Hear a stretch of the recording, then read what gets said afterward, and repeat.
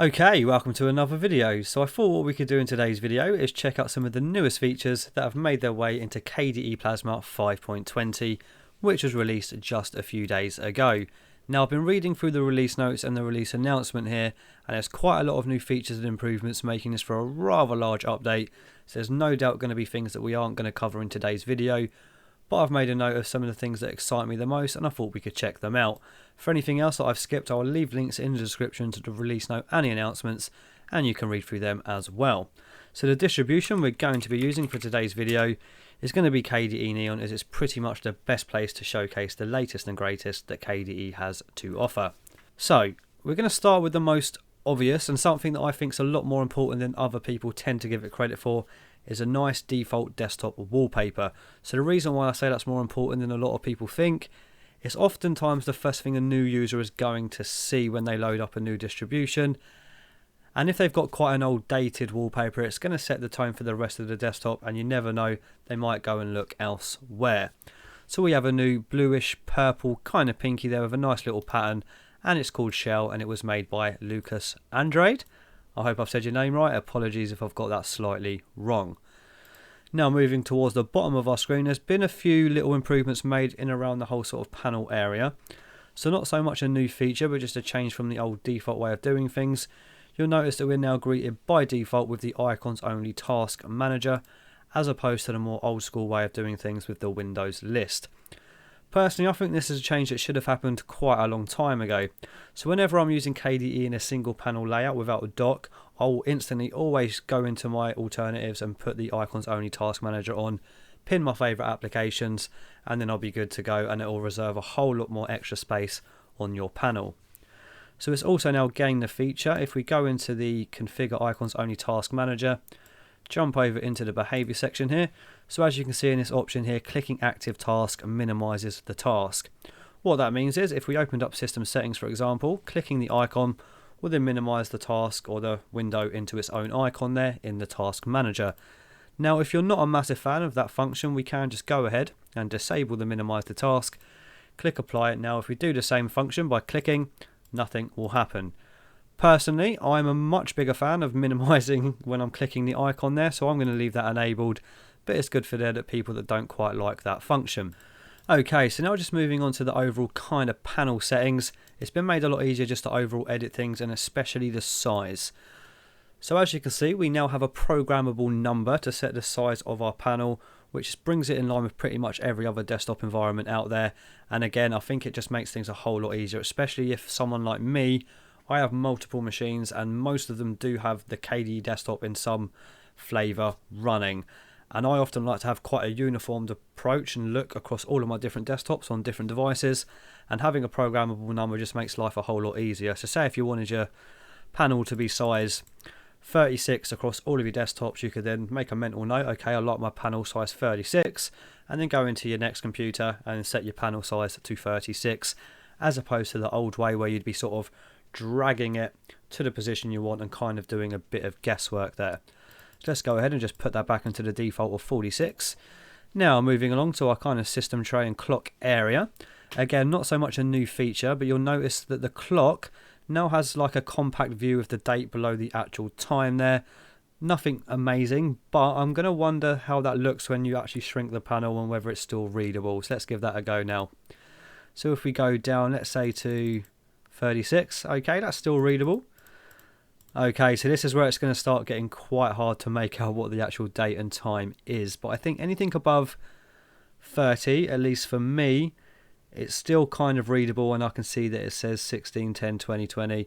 But again, the larger you go, the easier it is, of course, going to be able to see. So not a massive new feature, but something that just makes using the desktop a lot easier if you need to quickly glance over and check the date. Now, if we click our little button here to expose our status and notifications area, you can see that we are now using a grid-like layout as opposed to the old school sort of list view that it was before.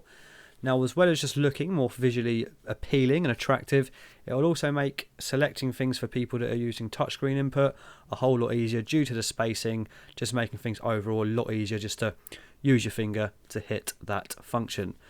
Now, as you can see in our little notification bell, we're currently on Do Not Disturb. So the old way of doing things, you'd have to click the Do Not Disturb to open up your notification section, and then you'd have to press this little checkbox there to enable or disable Do Not Disturb mode. Well, in this version of KDE 5.20, they've made things a whole lot easier. You can now just click the middle button on your mouse to disable or enable that, and the middle button on most mouses is going to be pressing down on your scroll wheel.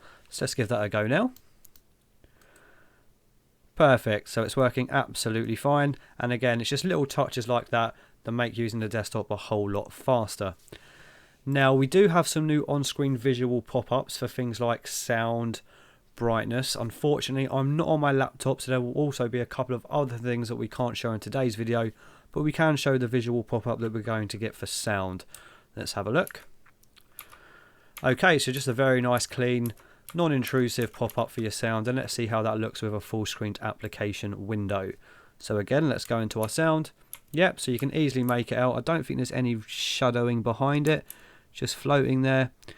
Yeah, no, nice, non-intrusive and clean looking. Perfect. Right, let's close that off, and we're going to get to my favourite part. Now it might seem a bit small to most, but I'm a massive user of application launchers regardless of which desktop I'm using. For example, in XFCE, I will use an application launcher called Albert, which is actually one of my favourites. But KDE has its own inbuilt application launcher, which is very capable, and it's called KRunner. As you can see, it always has opened up by default in the top screen in the central position. And to me, I've always found that a bit of an annoyance. But what we can do now is go into the settings, and we can make it more of a free-floating window with the option to move the position from top to centre.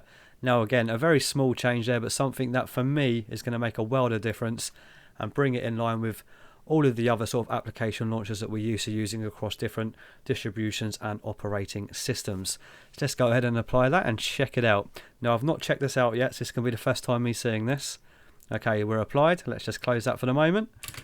Oh, it's those little things like that just make me quite happy to use KDE. So it just, for me, that makes it look a whole lot more modern. So let's go and test this out of a search. So let's go and open up, let's say, Firefox. Hit enter. So it's going to open up a new window there in Firefox. And I do believe another new function is it's automatically going to remember prior text that you've just written into it. So let's give that a go. So we've opened it up, and as you can see there, it does say fire.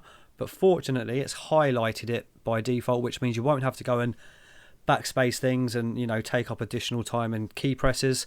It's already highlighted. So say if we wanted to open up Dolphin, we could then just do the first few characters of Dolphin and open it up like so, and it just works, and it's very quick, very nice.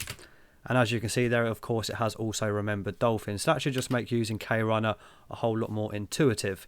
So a few more other things about KRunner. It's also gained the ability to open and insert pages in the Falcon web browser. Now I'm not a massive user of the Falcon web browser, but that's good for those who are. Now what we're going to do is move on to the system settings, which has also seen its fair share of new improvements, and I'm quite happy about that because the system settings has always been one thing that I found KDE could do a lot better at. So it's kind of quite overwhelming for a new user because there's a lot of settings here that you need to go through to find the individual setting that you are looking for. But we now have this little button here for highlight change settings, which means we can click that and then we can go through things and see what's been changed from the defaults. And as you can see, we have a little dot there next to search, so of course we can jump into that, see what the settings are, and then change them back to the default, or of course we could leave them as is. So let's go ahead and try that out with something else then. So let's go into, say, our global theming, and let's change to Breeze Dark and see if that will go into highlighted change. And as you can see now, we've got a few more dots there about the changes that have been made. So of course we have the global theme, plasma style, and search still as well. So let's go ahead and change it back to Breeze, click apply, and as you can see now, that dot has disappeared as we have gone back to the default. So that's quite a handy little feature there that could save you a lot of time trying to think, what have I changed? Brilliant idea. Now they've also condensed the shortcuts for your custom and also just your shortcuts into the one settings window called shortcuts, which again, just a little feature like that, but just makes things a lot clearer and concise and easier to find in your settings there.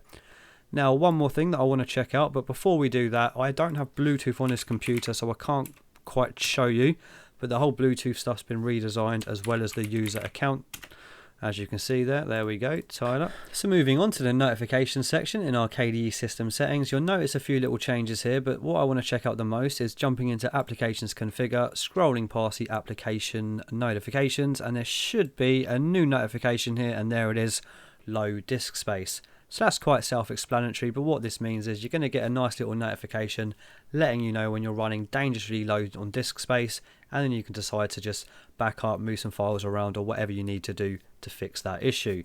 And going into that, you can see that we can show pop-up, show history, as well as configure events.